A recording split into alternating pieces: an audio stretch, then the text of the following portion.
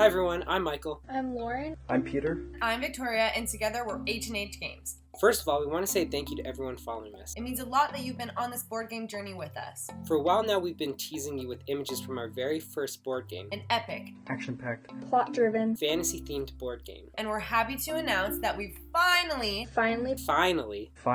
come up with the title for the game. Season of Heroes. Season of Heroes! To celebrate finally finally coming up with a name, we thought we'd make a little video explaining some of the details about Season of Heroes. Season of Heroes! I'm going to talk a little about the characters in our game. Players in Season of Heroes Season of Heroes! play the board using various fantasy-themed characters. You create a roster of these characters to send out on quests to gain victory points and win the game. Each player will build a roster of 4 characters out of the 36 that come in the base game. Don't worry though, you'll most likely cycle through the characters as the game progresses, creating a diverse team with different perks and abilities as you go. Each of the characters come with special abilities to help them on their quests. Some abilities are specific to their class. For example, Sir Josiah Alamond is a knight and gains the ability Swordplay, allowing him to re-roll a die when rolling for combat. Other abilities are unique to each character. Josiah's unique ability is Dual Wielder, giving him a second equipment slot.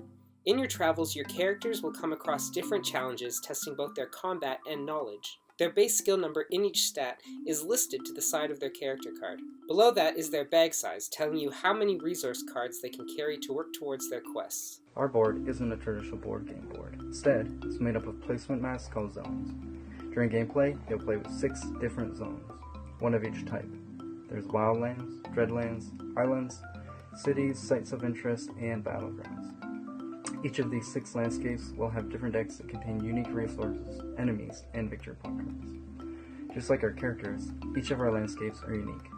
For example, at the graveyards of Havlum, if you control a necromancer character on this mat at the start of your turn, you get an extra victory point. The base game of Season of Heroes comes with 4 unique locations for each zone, each with their own special perk.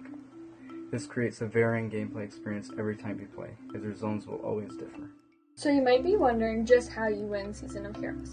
Season of Heroes! Well, it's through the completion of quests and interacting with various cards and locations that you gain victory points. Whoever ends the game with the most victory points wins. Throughout the game, you'll be collecting various quests, asking you to venture into different zones and collect resources. As we mentioned, each zone has their own deck, and some quests will send your characters to multiple locations to fetch what it needs to complete a quest. For example, in this quest, Professor Hadrian Stone sends you to the Battlegrounds location in search of a forgotten sword resource in exchange for victory points. But a major aspect of Seasons of Heroes are what we are calling our plot cards. Each turn will begin by picking up one of these cards and reading the scenario out to the players. These cards are designed to interrupt gameplay, shuffle the characters around on the board, and immerse your own characters into exciting stories. For example, in this plot card, the Red Witches, the player whose turn it is must follow the storyline presented if one of their characters is in a Dreadland zone, having to make a decision that in this case could be costly to that player. Shuffled in among the plot cards are Change of Season cards. Coming upon these cards moves the season marker to the next season. The game is completed when the marker has gone from spring to winter. The seasons are also important because they affect everything in the game, from locations to plot cards to quests and your accumulation of victory points. We want to thank you all again for your support and interest in H&H Games and our journey to create a character and plot-driven fantasy-based board game. Stay tuned for further updates, including the completion of production, playtesting, and our launch of Season of Heroes on Kickstarter. And remember, make this season a season of heroes. Season